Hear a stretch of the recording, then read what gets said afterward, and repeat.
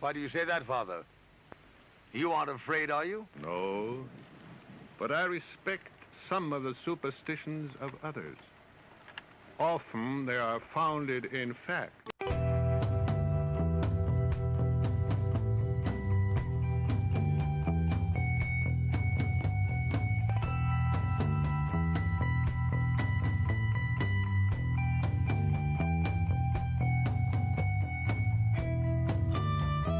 Broadcasting live from our Sanctum Sanctorum in bountiful Bakersfield, California. This is the Sixth Sense Society. I'm your host, Krista, here with our producer, Michael, and today we're going to be discussing psychics, mediums, and other forms of divination methods that might not be as popular as known. But before we get started, Michael has a few announcements. Hi, everybody. Welcome back to our show. We're really happy that you're here. Next week, we're going to have Holly Lindblom from Holly's Haunts, our good friend, coming in to finish off Paranormal October. And then in November, we've got Tony Lee, a new guest who'll be talking about Universal Unitarianism, and our good friend Lama Kathy Wesley will be back to share some Buddhist wisdom. So all kinds of great stuff coming up. Get all the information on our website, sixthsensesociety.com, SXTH, all spelled out. While you're there, buy us a coffee on Ko-Fi. And don't forget, first Saturdays of every month from 10 to noon Pacific, we have a Zoom meet and greet. You can also get information and RSVP for that and come just hang out with us and chat about whatever you like to chat about. And so all kinds of great stuff. Buy us a coffee on Ko-Fi if you can afford to. Helps us cover our costs. But the most important thing, go to YouTube, click like and subscribe. Tell your friends about us. Help share our audience and grow it. And that we do truly appreciate. And don't forget, our new book on tarot just came out. So Krista is going to tell you all about that. So take it away, Krista. Great. Thank you, Michael. Yes, here it is in case you haven't seen it for those that can see. It is Tarot Alchemy, a Kabbalah-inspired approach to reading the cards. And it was released on Aleister Crowley's birthday, October 12th. And we've done pretty well in our category of Kabbalah and mysticism in terms of the new book release. We were number one for quite some time and have only fallen to maybe we went below the number 11 once, but we've done pretty well. So we're really surprised by that. And we're getting ready to promote it locally. And so we have a couple of things coming up. One's going to be a radio show interview with Tony Lee, but I don't have the exact date of the interview being released. We're being interviewed on November 5th, but I think it's a recorded thing, but it's going to be on a Bakersfield radio station, KNZR, which is 1560 AM, 97.7 FM. It'll be on the Tony Lee Show, which airs Sundays, 6 a.m. to 7 a.m. And we'll let you know the exact day when it comes out. But check out the show anyway, because Tony's really very interesting. And I think he interviews different local people in Bakersfield in the show. And then we're going to be setting up, we're so excited, we're going to be working with the Enchanted Cottage in Bakersfield in January to do a book signing. It'll be our first in-person book signing. Stay tuned for that, but they seem very excited about us and we're excited to go there. It's such a charming store. So check it out if you can, and we'll have more information about that as we get closer to the actual book signing. But just to sort of give you a heads up, that's where we're oriented at right now. So we decided to do our own show as part of the Paranormal October and talk about some of our views about mediums and psychics and some other forms of divination methods. We thought that would be a good show for October, and we certainly have a lot of opinions about it, I say. Mixed opinions too. But, we thought it'd just be kind of fun to talk about it. So I think, first of all, I'm going to share a little bit about, how I see the difference between sort of mediums and psychics and people that use a tool. I think there's ways we define things that matter. And so for me, a medium is usually someone that people go to that, generally speaking, deals primarily with contact with the dead, even though mediumship can do other things.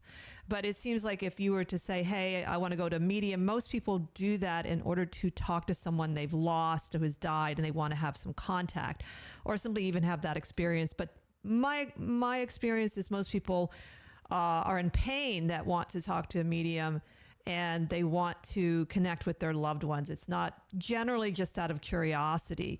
And there's different. So when I was, first introduced to the psychic world, I think I met more psychics than mediums in person. And one of the problems I have found with the mediumship is that it does seem to draw either people that are fakes or people that really aren't very good, and they often will charge an enormous amount of money. Like, we're talking hundreds of dollars. I'm not saying all the people that charge that amount are fake, but I personally wouldn't go to probably any reading that was $700 or $800 or $1,000, but that's just me. Perhaps if I had $1 billion, that would be nothing. So, but I believe in mediumship. I think it's not so common. And one of the things that I particularly believe in is that people have the ability to contact their own relatives. And this is something Rudolf Steiner talks about in Staying Connected, the book Staying Connected. And he talks about the idea that we all have that ability to contact our blood relatives. This is very common. It usually, well, not usually, but it's commonly through dreams. But oftentimes people have some really interesting outer synchronicities that are very specific to that person. And I like to really encourage that form of mediumship because it's so intimate, and it's so, you really feel better when you yourself are able to connect to your mother or your son or whatever it is. It's very healing. And Rudolf Steiner was a big proponent of us learning to do that, and also argues that this helps the dead people evolve, that there are things that they can do and that we can do for them. So it's not, you're not hurting them, you're not keeping them stuck by having an ongoing relationship through however form the mediumship takes. So what is your view particularly of mediumship, Michael? Well, one of the things I wanted to get up front right away is please don't believe anything you see on television. Television's job is to entertain, not educate, as Laurie Cabot once said. So you have no idea what's been edited, how it's been edited, what information might have been pumped to the person ahead of time just to make it more interesting and so forth. So, and I think unfortunately sometimes when you see things on television, it does create for some people a pretty unrealistic expectation because they do kind of jazz it up just to make it more interesting for the audience. So as I said, that's one of the things I'd be very concerned about. As Krista said, I think, mediums, and I'm like Krista, I'm not putting down mediumship. I think there's some very legitimate people out there doing some fascinating things with it. But unfortunately, it's one of those areas where it's a lot of bogus people too. So I think you have to really weed through people carefully. It's good to be maybe even a healthy skeptic when it comes to some of that stuff. Because again, and I think, be careful of people that are charging, as Krista said, exorbitant prices to do a reading for you. I don't think you should ever be unreasonable. But as I said, there are a lot of frauds in that field, unfortunately. And I'm sure legitimate mediums hate them more than we do because it gives everybody a bad name. That's one of the concerns about it. But there is a lot of that out there. So as I said, be very, very cautious in choosing a medium, that you do your homework and that you don't just take things at face value.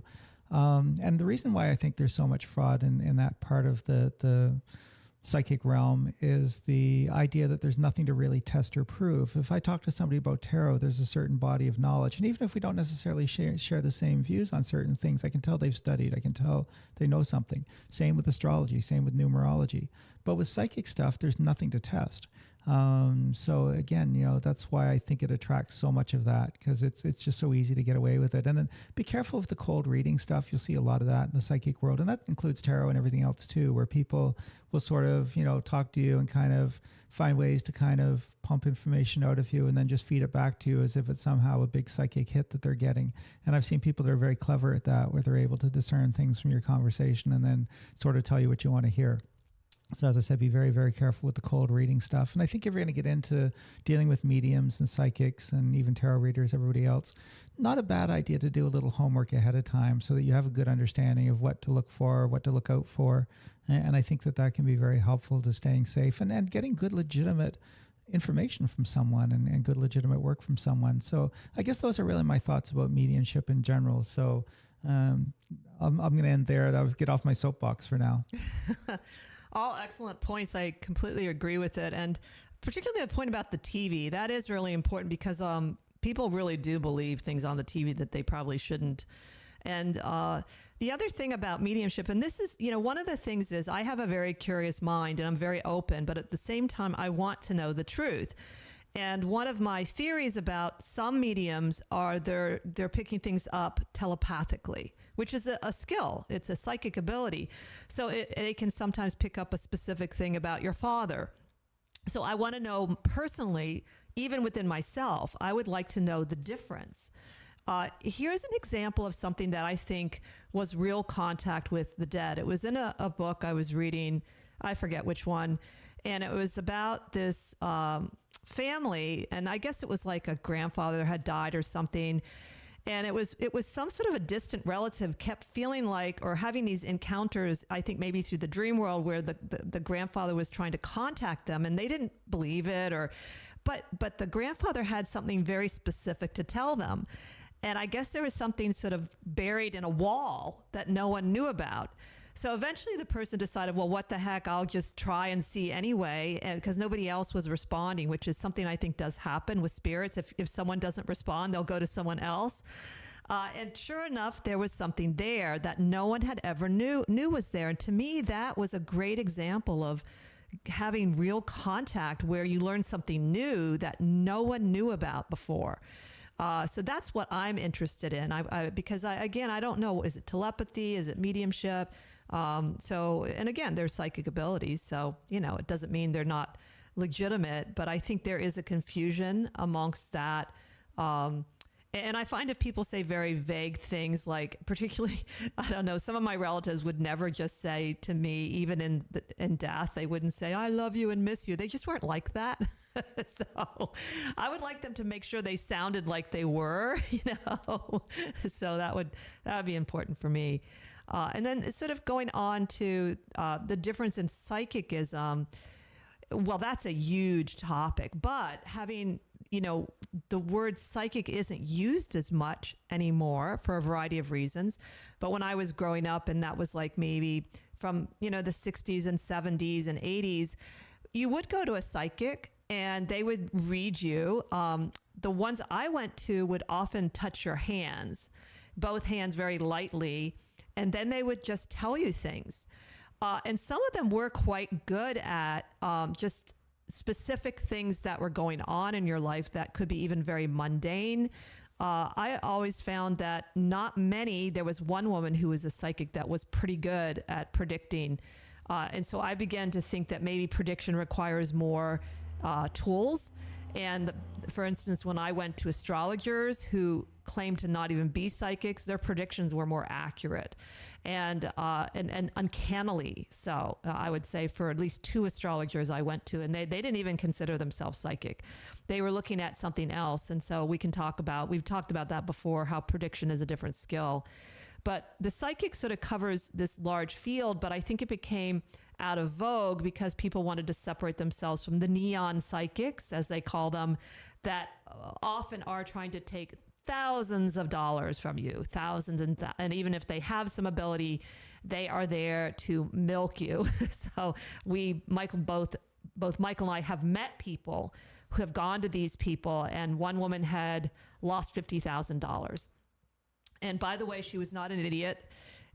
Some of these people are very good cons. They reel you in when you're the most vulnerable, and then people become, ashamed to say anything to anyone because they feel, what are they going to do? They fell for it. So those are the ones you really do have to be very careful. And we take that. Anyone that has told me they're going to those kinds of people, I first of all tell them not to go. And if they have lost money, I tell them to go to the police. And there have been cases where the police have been able to catch these people. So you don't want to just do nothing when it comes to those kinds of psychics. But the psychic ability has been sort of replaced a little more by people claiming to be clairvoyant, clairsentient, clairaudient, all these clairs, as they call it. There's a lot of them. And that's also is becoming tainted a little, particularly by people that claim to have all of the clair abilities, which, by the way, if you did, you'd probably be insane. Don't you think, Michael? Yeah, I think absolutely. I think that's true. I want to circle back to something Krista said earlier. She's covering so much ground, I can't keep up. In terms of reading minds versus actually connecting with a spirit, let's say. And I remember a story that I heard, well, it happened to me actually, sort of, at the Bodhi Tree years ago in Melrose. in West Hollywood, and I was talking to one of the staff one night, and they were talking about an animal psychic that had been in, and she said that the person's psychic said that your dog said to this person, your dog said that the funniest thing that they ever saw was the day you swam with the blue fish, and he didn't know what that meant, and then he realized one day he had tripped and fallen into a kid's wading pool that had blue fishes on it, and that's what they found humorous. And I thought, well, that's impressive for sure, except for the fact that dogs are colorblind. They couldn't have possibly known that the fish were blue. Because they don't see, and they see in black and white. They don't have cones in their eyes that create color. So again, no way they could have known. So she was probably reading the person's mind a bit more than she was actually reading the animal. Still makes it impressive. It's still an interesting thing that happened and worth noting. But and that's the trick, is who exactly are you connecting with? And that becomes kind of a thing that can be a little hard to prove.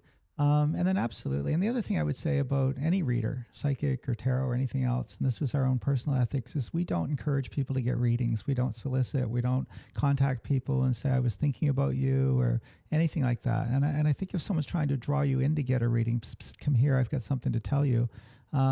Big red flag. I think most people that are legitimate, you have to reach out to them.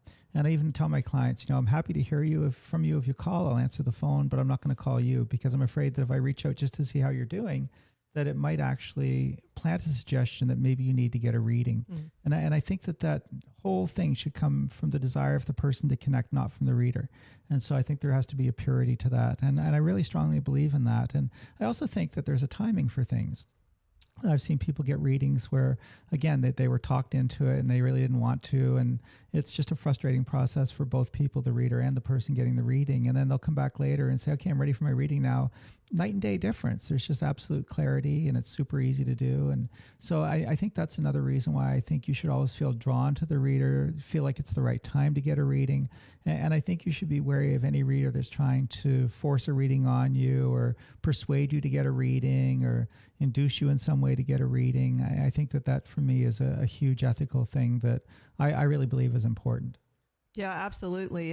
It's so true. And even if they have come to you before for a reading, if they're just not in the right space, I don't think it's a good time to get the reading. And that was a funny story about the dog. I forgot about that one. That was really good. It reminded me too when we worked at the Bodhi Tree bookstore in terms of kind of jumping back and forth with what Michael said about people reading you without permission. There were these people that would walk in front of the gate where we would, or the alley where we would do the readings. And often some of them were face readers. I remember one guy, he read my face and he said something. And then he said, oh, and by the way, you have a spirit in your house. And I said, yeah, I know. And I love it. So thanks. And I would just try to joke around with them. And they would, even if it was, they'd usually start off with something kind of positive, though sometimes the negative is stronger to pull people in to say something like, oh, I see something dark and scary, and that people, we all kind of respond to that, it's just kind of a primitive thing inside of ourselves that we want to know what that is. But there used to be quite a few over there in West Hollywood that would walk up and down the street, if you can remember that, right, Michael? Yeah, I remember that very, very much so. In fact, I was standing up in front of the Bodhi Tree one day, and this car pulled up, and there was these really, oh shoot, sorry, I'm trying to multitask here, and it's not going well. You threw me way off, so maybe you can chat.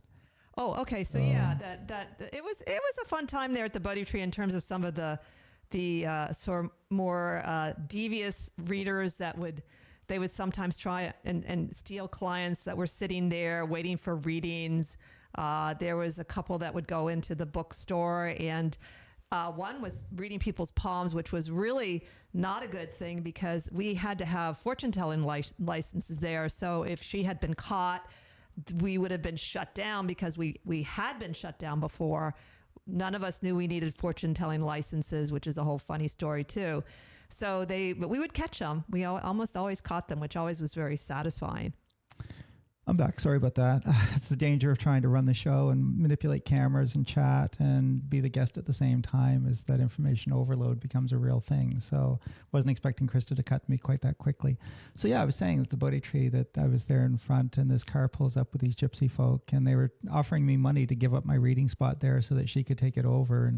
And I thought that's a pretty scuzzy thing to do to someone, right? Or to offer, and how much will it take to buy you out kind of thing. You could tell that they were pretty unscrupulous sort of people. So there's unfortunately still a lot of those people out there. So just be careful with all of that stuff. And unfortunately, working on my tech issues, I have no idea what Krista was talking about, but I'm sure the next thing she says will be interesting.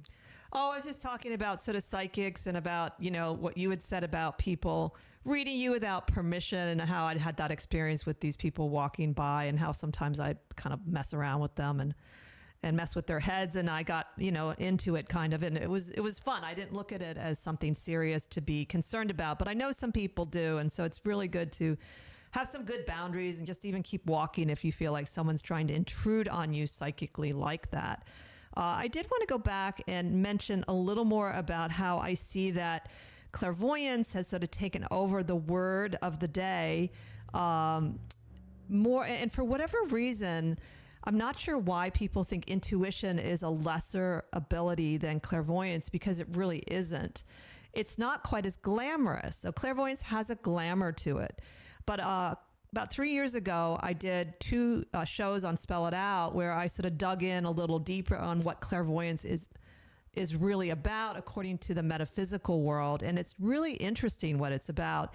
And what I learned was, I think that many people that think they're clairvoyant have either they're frauds, that's true, or they have a disposition towards it. So they're not fully blown clairvoyance. They have times where they can see things. But when you look into what the yogis think clairvoyance is, and what Western esoteric, it's a very powerful ability. And most people that say they have it, I don't think they have it fully developed. However, intuition is something that we can all develop and is very accurate and helpful doing whatever divination tools that you have. So even if you're doing palmistry, for instance, or numerology or tarot, you can still use your intuition with it. Though we feel with the tarot, you don't necessarily have to have that to give a very good reading.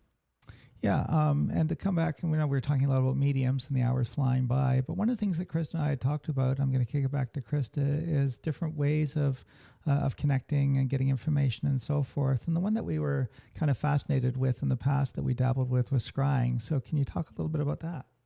Yeah, it's a very interesting thing. My first experience of learning scrying, of course, was Wizard of Oz and the Wicked Witch and the crystal ball, which is a form of scrying, the crystal ball. And but the way we decided to work with scrying, which is another sort of maybe I would say traditional way at this point, is a black mirror, a curved black mirror, which has nothing on it, and which you can then cleanse it through moonlight, I believe is how we did it. And you want to always have it covered on your altar, so you never let any light in it.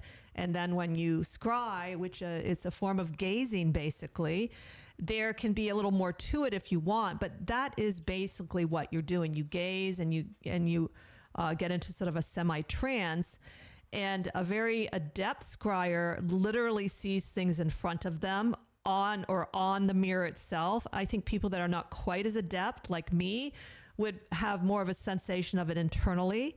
So mine is still kind of vague, but it's like, for me, it's like seeing a negative of a film. Like if you can remember the negatives, what they look like, that's how it is in my mind. But you can evidently learn to see things literally in these different crystals. We like the black mirror, and we also would do it sometimes as a group, which is really interesting to do because we always got some interesting things and the group was always different. So do you wanted to add something to that, Michael? I think group dynamics are really fascinating if it's the right group. And I think that there has to be a certain compatibility of the members of the group. And I think then they can reinforce each other and make for an even more powerful experience. But I also think that sometimes the compatibility just isn't right. You know, we were trying to do a seance once where somebody was very talkative and disruptive and hyper and couldn't settle down. And so in that situation, even though you're using a group dynamic to try and contact spirit, the presence of that person, nice person, but just problem settling. And to me, that was very counterproductive to the whole thing. So I think group dynamic is fascinating. I think that it can definitely be a plus, but I think you have to really make sure you have the right chemistry in the group. And I think if that's off, then it's more of a detriment than it is a plus. Absolutely. And our groups are really small. That's the other thing. Sometimes it's good to do like in the beginning, like I think there was one, I think we had 4 or 5 people. Then there was one, we just had one other person, and we would pass the mirror around, and then I would take notes. And probably because we don't do it that often, we found it was very symbolic, but uncannily accurate. And also one of the things I found with the scrying is it jumped way forward in time. So there were some things that I saw that I didn't quite understand that really didn't come to pass until like 20 years later. So for whatever reason, our experiences were like it was a big like time jumper. And another one of our friends, he got a lot about weather, like really, really interesting things about the weather that was coming. So what I also experienced with scrying was a sense of really not having any control over what's coming through.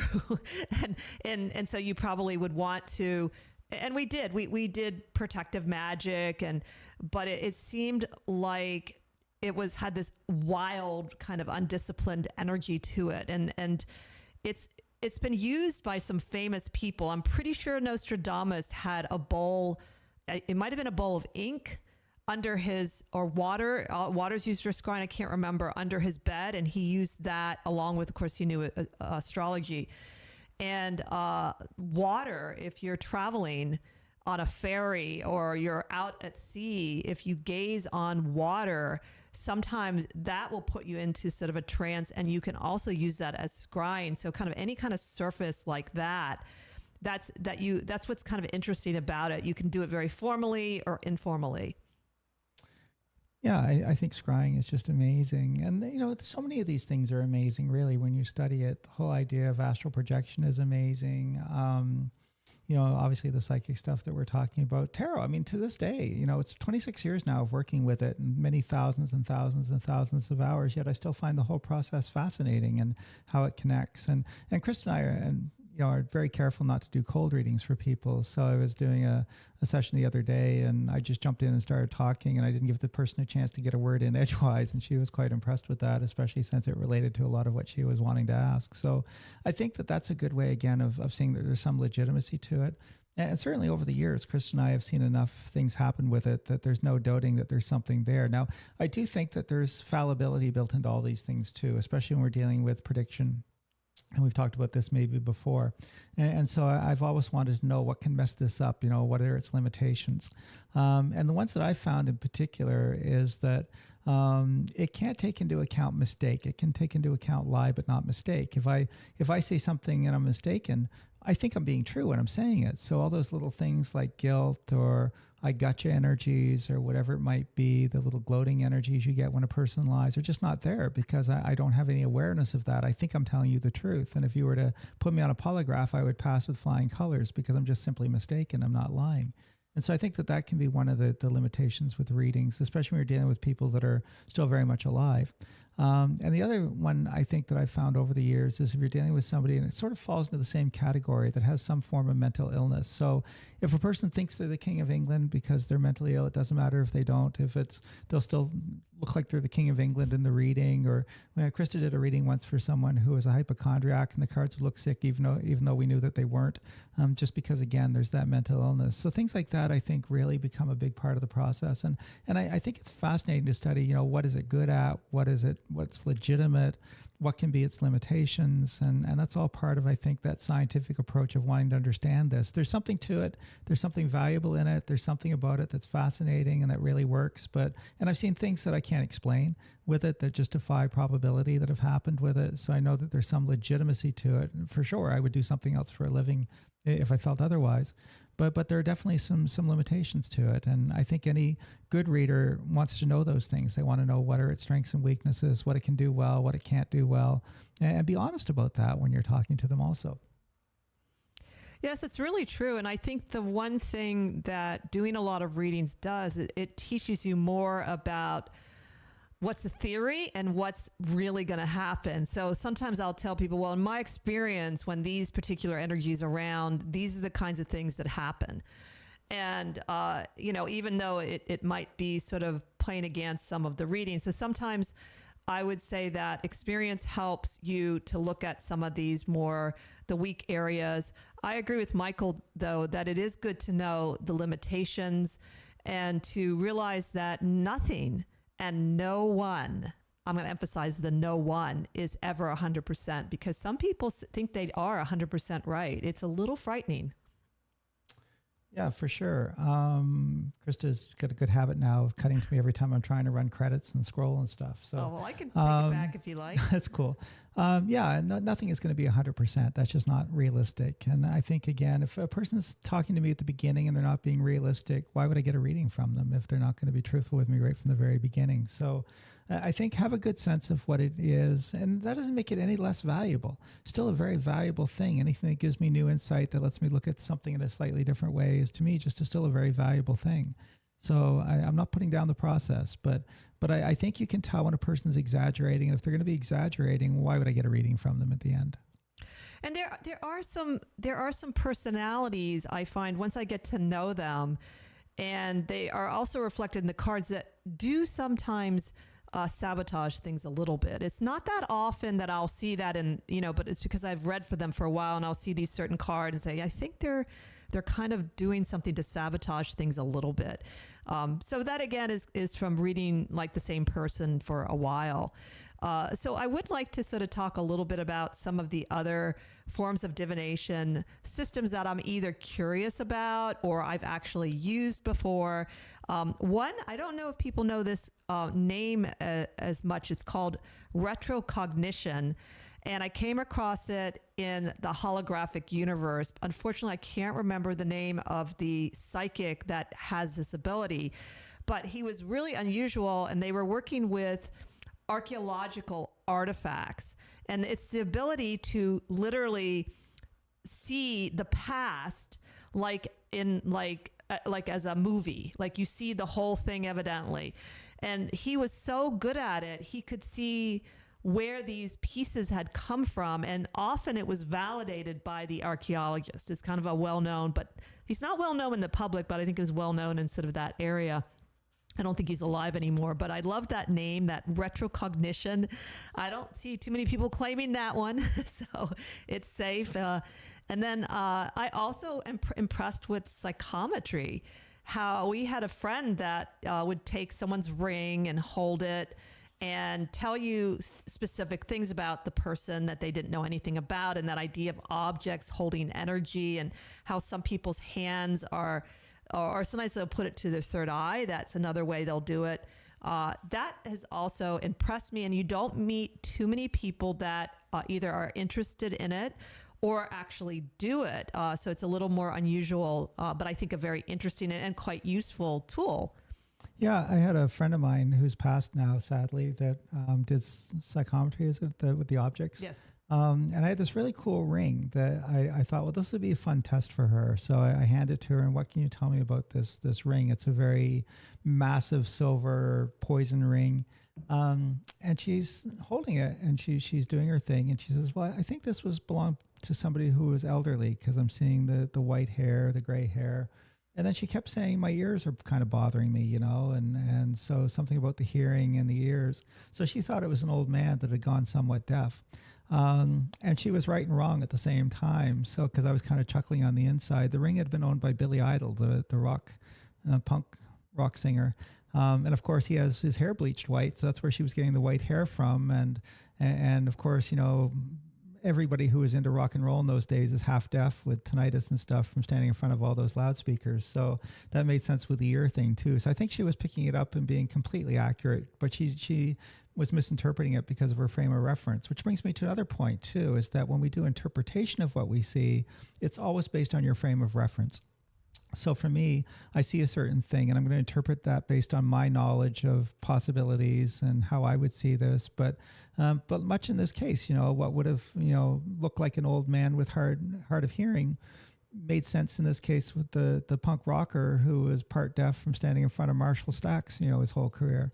And so she was correct and incorrect at the same time. So that's a really fascinating thing with it to me. And of course, that doesn't take away from the legitimacy of what she did. She was spot on. She got everything right in terms of the description, but she just misinterpreted based on her frame of reference. So that's something you have to be aware of with any reading as well.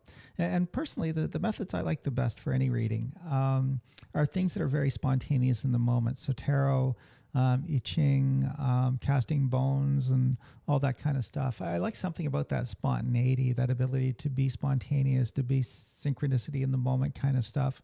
And those are always my favorite forms of reading. I also find that with mediumship and stuff, I don't find it's ever done a lot in terms of prediction. I think that, where did Granny misplace her billfold before she passed? Sure. But I think that there's something about those other methods that lend itself better to analysis and prediction than sometimes some of the mediumship does. Although I'm sure there are instances where prediction has happened well with that too. But I think that, as I said, my favorite forms are things that are spontaneously created in that moment, which is why I love tarot so much.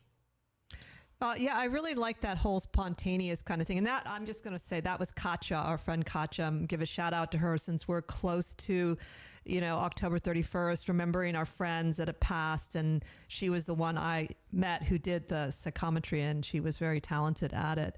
But yeah, the spontaneous ones, perhaps it's because they move very quickly. So tarot readings, the cards move. They show the nuances of changes that can happen in an instant. And technically, numerology and astrology do that, but for some reason, the way they are presented, they don't visually show that. So, astrology is so incredibly complex with all its movements, but you can't really tell by the chart. It's too one-dimensional in a sense, and there's something very playful about the casting element, and there should be a sense of, certainly a reading can be very serious. We get very, very serious questions, but there is that sense of play inherent in really good divination, and that play being that movement and that the universe has that is easily incorporated into certain types of divination systems. Yeah, for sure. And I think that's another thing I've often said to people is you have to understand, again, one of the limitations of any reading is life is dynamic and readings are static. So the reading might be true in the moment if nothing changes. And to me, that's really what it's all about, is to kind of give us a glimpse of what may lie ahead if things continue going the way that they're going. But it's an opportunity to create a crossroads as well, and to say, okay, do I want to continue to do this way? Do I want to continue to go in this direction? Maybe there's something I do want to change that might change or shift the outcome. So, and that's where, again, some systems of readings, to me, one of the issues I have with them, where it's kind of a disconnect for me, even some cultures, is the idea of things being so fatalistic. Everything's carved in stone. You can't change it. You see this a lot in the Eastern stuff from India, where, again, the caste system sort of dictates you're born into a certain caste. You have to stay in that caste. You're not allowed to be upwardly mobile. So they tend to see life in a very fatalistic way, whereas I tend to see it more as an opportunity to create and to change your reality in front of you, that there are ways that you can shift things. You've come to that point where you don't need to continue doing things the way that you have been doing, and maybe the reading can show you a different reality, or at least give you a warning as to what lies ahead in case you don't want to continue in that direction, or to encourage you in case you do, if you're heading towards something positive. But I think that it is about allowing you to make changes in life. But there again, that takes away from the absolute predictability as well, because, as I said, readings are very, very static in the moment. Life is dynamic, and that's just one of the things about it. And again, that doesn't negate the value. Still a very valuable experience. And if I didn't think it was, as I said, I would do something else. But to me, I find it hugely valuable. I still do my own readings. And yes, you can read for yourself as long as you're doing a system like we teach, where it allows you to be objective. It's hard to do readings when you're being subjective. You tend to then sort of minimize and see what you want to see and so forth. But if you have a system that's very objective, then I think you can read for yourself for sure. But for me, it's about touching in to say, okay, and then in a healthy way too, to pass on to you guys. You don't need to be getting a reading every other day from 3 different readers. I forget what the guy at the Enchanted Cottage, the owner, called it, psychic shopping or psychic hopping or something like that. For me, in terms of an overall reading, 2, maybe 3 times a year is all I need. And it's just checking in now again to sort of make sure I'm on the right path. I'm not overlooking something I need to be aware of, or not preparing for something I need to be aware of. It's just sort of a checking in. And for me, I think at the very most quarterly is probably more than enough. I think you can do a reading if it's a specific dilemma. So suddenly a job opportunity was offered to me and I'm not sure if I want to take it or not, and I want to analyze that one specific thing. And I think those you can do anytime. But I do think that for those overall broader readings, a couple times a year, honestly, is more than enough.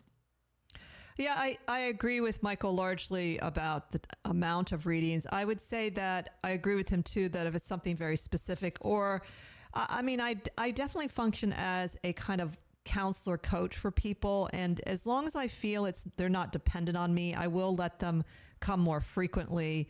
And so I have sometimes sort of told someone to wait like a month or 2 to come back, because it doesn't seem to be helping and they're becoming more confused. So I don't really have any rules about that anymore. But I agree in terms of looking at the big picture. If you do that, the other thing that seems to happen is it's like you're taking it a little more seriously. So you're going deeper into the reading itself, because it's not something that happens to you. A reading is something that you participate in while you're getting the reading and after the reading, as the reading unfolds. And so you start to see just what these energies are about. And that's where it gets really interesting and helpful, at least from my point of view, when I've gone for readings, particularly when I was younger, and I truly was searching for some answers that I couldn't get from some of my, parents at the time, or other people I looked to, what I considered wise people, to guide me. And it really did help. I was lucky to find very, very good people. And that's another thing, is that it isn't just about the kind of reading you get, which I think sometimes people think it is. There are readers that they just set themselves apart because of who they are, and their ability to understand the depth of things, their own growth as human beings, as souls. You kind of feel like they would be helpful even if they were a school teacher. That's a great thing to be. Or let's say, even if they were just at home taking care of the kids, you still feel they were wise people that you'd go to.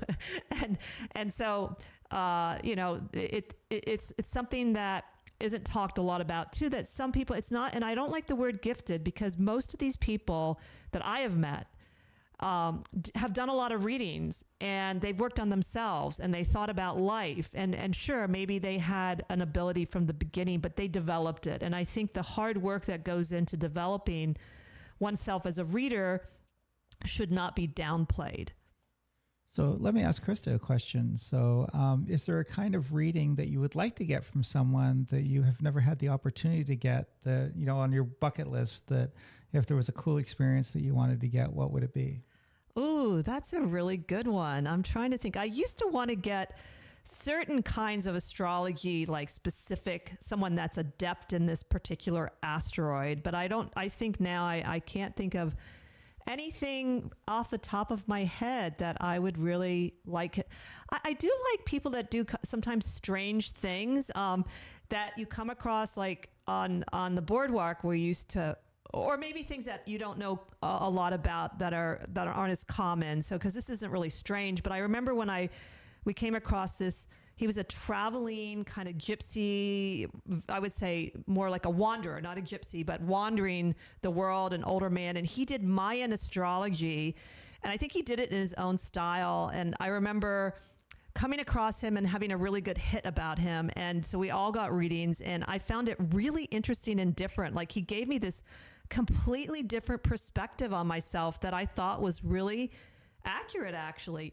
I would like to come across someone like that again, where I just wander along and find someone doing something really different, but you can tell they have something. And I used to find that more when I was younger, and I'd have a good sense about it, and then I'd have these really unusual readings. I think that for me, I would say that I would love to have one of those experiences where you could, like an African shaman, go down into a cave somewhere and have them toss bones or something. I think that would be really cool.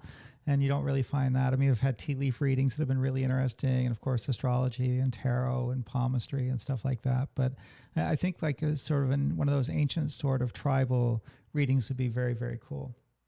Yeah, that's a good one. The bone, I wouldn't mind having a really good I Ching reading from someone that has that as their primary form of divination, because that seems like something that has so much depth in it. And whenever I've tossed it on my own, I feel like I get something. But imagine someone that has really immersed themselves in it and what they can offer you. I think that would be really, really fascinating. Yeah, I think that would be really cool too. And we did have an interesting Chinese astrology reading once in Chinatown in Los Angeles with this dude. So that was kind of fun. And all those systems are so different. So I think it does make it interesting to try all the different things and to see. And in some ways, there are some similarities too in them, which is always interesting. And I think it's really cool when you get a couple of different kind of readings and kind of different methods, modalities, and yet somehow there's a correlation that they're sort of all zeroing in on something similar. And to me, that's fascinating. And I've seen that happen a lot. In fact, it happens a lot with me and Krista, where we're doing readings for someone and someone will get a reading from me and then later they'll get a reading from Krista. And it's amazing how often the information is very, very, very similar. Maybe we express it in slightly different ways and we each have our own style, but at the end of the day, there's commonality in it. And I think that that's always very fascinating to me. And I've seen that happen a great deal. Come to think of it, I would like a reading from someone that really sees auras and I've had one from someone that uses one of those machines and that was actually pretty good. But I would like to have the experience of someone that is only an aura reader. And only because I once had a little bit of that experience when I first went to Nova Scotia. I think we were at Little Mysteries or maybe one of those meet and greets. And this young woman came up to me and she said she came up to me because at the time, I don't have it anymore evidently, but I had a rosy pinkish aura.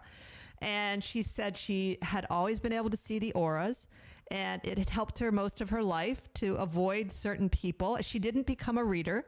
She used it, and then she also was the only person I've ever met in person. Yeah, I think that she could see spirits really easily. And she said they really bothered her. They came around and she'd have to tell them to go away. And she was just so matter of fact about the whole thing. And the fact that she wasn't trying to, it was just part of her. Like it sort of impressed me because I've never really met anyone quite like that. She wasn't scared of it. She found it a little annoying at times that these ghosts and spirits would, interrupt her day.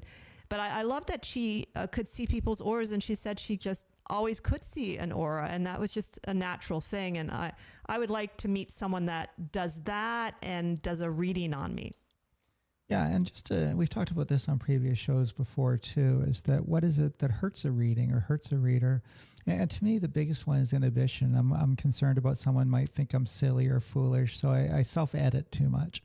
And so you'll find some of the best readings you get are from people that are completely crazy because they have no filter. They don't self-edit. Whatever they think just comes blurting out of their mouth. And I think that in reading, you kind of have to have that almost fearless, I'm just going to put it out there kind of energy. I think once we start to self-edit, then I think the information isn't as good. So that's one of the things I'd say. Now, having said that, I think it's also important to choose your words very carefully. Words have a lot of impact on people, and how you say something may be something a person can take in, or it might just scare them completely to death. And so I think you do have to choose your words with precision. And Krista and I know both very much feel that's important, is to try and state very clearly what we're saying and not give them too much room to interpret. And be very wary about that and aware. I think that any reader should have some sense that you're playing with the person's life and that there's a grave responsibility that goes with that. So you want it to be a healthy process. And I think that if readers are putting materialism first or their own fame first, then I've seen those people hurt a lot of people. It can't be an ego thing. It can't be about you. It has to be just about helping the person that you're working with, trying to get them good information, trying to help them move their life in a positive direction. But the client always has to come first, the person you're reading, and their well-being always has to be paramount. It always has to come first. And any reader that doesn't understand that probably should not be in the reading business. And that probably goes with psychiatry and everything else too, that the client has to come first. And that's really, I think, ethically one of the most important things. Absolutely. Your words really, really, really matter. And you can hurt people just from the way you say things. Though every now and then you'll get someone that sits down. I don't know why they say this. They just say, tell me everything, even every bad thing you see. And I don't get it as much as I used to. And I'd be like, like, why do you go to a reader like seeking that out? It's like they say it with such enthusiasm too. It's like, it's if they're looking for that. And again, it was maybe one every 6 months at the most. And I don't think I get it as much now, but I did in the beginning. And that was, it was a different time for readings. Maybe, people have a different attitude about readings now. They really want to see, something more in balance. But I agreed that our words have a big impact. And that's why I kind of like that word soothsayer, that how you tell people things, even if it's difficult, it can still be uplifting for people or comforting. It doesn't have to be edgy and mean. Another thing that came up in the chat that I just wanted to mention real quick too is that somebody asked about name dropping, and Chris and I certainly believe that you don't do that. You're not going to find on our website we've read for this famous person or that famous person or anybody else, because we believe that people have an expectation of privacy when they get a reading from someone.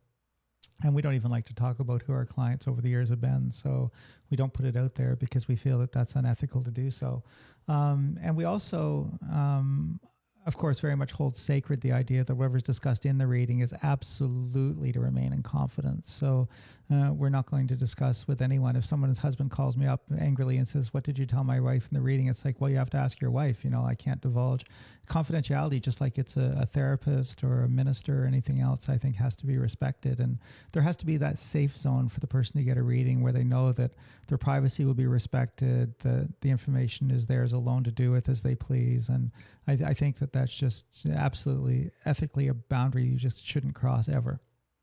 Yeah, I had a new situation like that develop for the first time where someone else that reads for a client of mine knew that I was reading for this person and probably shouldn't have known that even, but then wanted to know if this person asks these certain questions. And I was like, well, first of all, I'm not even supposed to say that I've read for that person, but you already know that. And why would another reader ask me that question? That's confidentiality. I can't tell her or him or them what was said in the reading. And so even that kind of boundary is important. And I'm not saying we don't ever cross that amongst our really close friends, because we are human, but generally speaking, especially the whole name dropping thing, it's also kind of silly, because everyone knows that readings have always been popular with the artists and the Hollywood crowd and famous politicians. And if you're not reading for somebody famous, then I'd be amazed at some point, because it's very common. They enjoy it and often have the means to pay for it. So it's not really a big deal in my mind. Yeah, for sure. And I think that's just part and parcel of working in Hollywood. We're bound to cross paths with some of those people sooner or later. And what's nice is when they keep coming back to you, then obviously you've impressed them. And I think that's pretty cool. But honestly, some of the more regular people I've read for have been amazing experiences. And I think that's one of the things, again, that with Krista and I, that we believe that I think everyone has value. And I don't know if I'd ever want to be a reader that's exclusively for the wealthy or exclusively for the famous or exclusively for somebody else. I think that I would miss out on so much of humanity, what it's taught me about life from different people, different experiences, different backgrounds. And I think that I'd be missing out on so much if I made myself too exclusive. And so that's one of the reasons why Krista and I try not to charge an unreasonable amount for readings. And some readings we'll do for free. If the person, we feel it's important, we're not in this strictly for the money, so to speak. That's not the first concern. And I remember I had a lady once that came for a reading at the Bodhi Tree, and she said, look, financially I'm really struggling, but I want this to be an act of faith. I want to believe that money will come and I can do things. And I want this to be an act of faith. And I really think the reading would help. So I'm going to get the reading, even though really I probably can't afford it. So I said, great, sit down. We did the reading and it helped her a lot. She was really pleased with it, and it seemed to give her good information she needed. So then she said, well, where do I pay? And I said, well, you're not going to pay. I said, I'm not taking your money. You can't afford it, so I'm not going to take your money. She said, but I wanted this to be my act of faith. And I said, but it was, because you were prepared to pay the money. And that means you did have the faith. And so it was your act of faith. Now, I'm not going to take it because I know you can't afford it. And I'm not going to make your burden that much heavier, by taking money that you don't have. So go and live life, and good luck to you. And she also started crying. I think sometimes at a difficult place, somebody did one nice thing for her. It might have even turned her whole life around. And so for me, I think that there has to be an ethics where, again, money isn't the reason you're doing a reading. And if I think a reader's only in it for the fame, only in it for the money, I think that they've lost their way if that's the case. Yeah, that's a great story. I remember that story. It's fun to be able to do that and to pick and choose, people that you feel in the moment that they're going through something and you want to be there to support them. And those little acts of kindness. I know when I've had people do something generous like that, you remember it, and it really does uplift you, particularly if it's someone that you've never met before, that there are people out there that are there to help you, especially if you're not feeling you're getting it from the people around you. So readings can definitely be like that, and you can play that role, which is really a wonderful role to play sometimes. I did want to mention a little bit about palmistry, because how I got involved in palmistry is because I met this. He was an older gay man, and my friend and I were I was living in New York City, and we were really into spiritual groups, and we would go around to all these different spiritual groups, and we were, I think, really particularly interested in more like Edgar Cayce and Benjamin Crane and the Return of the Christ, and we were quite young, and what a lovely young woman she was. And so we were friends, and we met him probably at one of those groups, and we went out to coffee, and he read our palms, and he didn't do it for a living, but he told me something so specific when I was a little girl, that I had loved this boy and I had been brokenhearted, and I was only like, I don't know, third or fourth grade. And there's no way he would have known that. It was, and that it was actually a deep experience. And I had thought it was as a little kid. And I knew exactly what he was talking about. And I thought, oh my God, you can tell that in a palm. And he was probably a little psychic, which you can get with palmistry, but it got me interested in palmistry because of that. And because he spoke of something really relevant to the child in me. It wasn't just the adult, and it was very healing, actually, to sort of acknowledge, yeah, that was really a painful thing, and that children can really love deeply. I think people don't think they can. Their friends, they could, if they, but in my case, I moved. Luckily, the person didn't die, but I moved to another country. And then I got interested in palmistry because it's the only divination system that I know of that you can tell if someone's actually using a talent or abusing a talent, because it's in the lines, and that's the advantage of it. So I like that you can add that in to whatever you're doing, and also it's very intimate and personal. And I did want to mention that I usually only do palmistry in person, but I'm going to be doing them by Zoom now once I get people's pictures, and it's on our website. But I tried it out, and it's not perfect. I still prefer in person because you can touch the hand, and it's a little easier to see some things, but you can definitely do a pretty good job. So I wanted to tell people I'm doing that now if you're interested in getting a palm reading. And I also like that palmistry shows changes. Yeah, it's really cool to see what you're working with. And Krista's humble. She's done some pretty neat stuff with it that I've been quite like, how the heck did you do that? So there's certainly, I've seen enough to know there's legitimacy in that as well. So I think all of these systems that there are, but I think, like I said, my main point is be skeptical about the reader, check them out good, make sure that they're legitimate before you get invested with them. And then your own free will. If you feel that it's unhealthy, if you don't feel it's good information, then reject it. It's their opinion, nothing more. And so I think you have to be responsible for deciding that, not letting somebody else run your life. But that's what I would suggest is, as I said, just do your homework, get to know the person. And if they're not willing to get to know you, if they're not willing to take a little time, talk to you before doing a reading, letting you get a feel for them and what they're all about, then don't get the reading. I think anybody who's wanted to sit down and have coffee with us and talk about what we do before we get a reading, I'm more than happy to sit there all afternoon and talk to. It's one of those things that I think a person has to build that confidence and feel comfortable with you sometimes, or just decide if it's the right chemistry, if you're the right reader for them, and there's no So no offense taken if I'm not, but I think that, again, and to readers out there, my advice, don't be God. You're not God, and don't pretend to be God. You're just a humble reader that's there to help people. And I think if you do that, I think it's going to be a very fulfilling and rewarding thing. But stay away from the ego. That's the best advice I can give you. That's an excellent way to close out the show.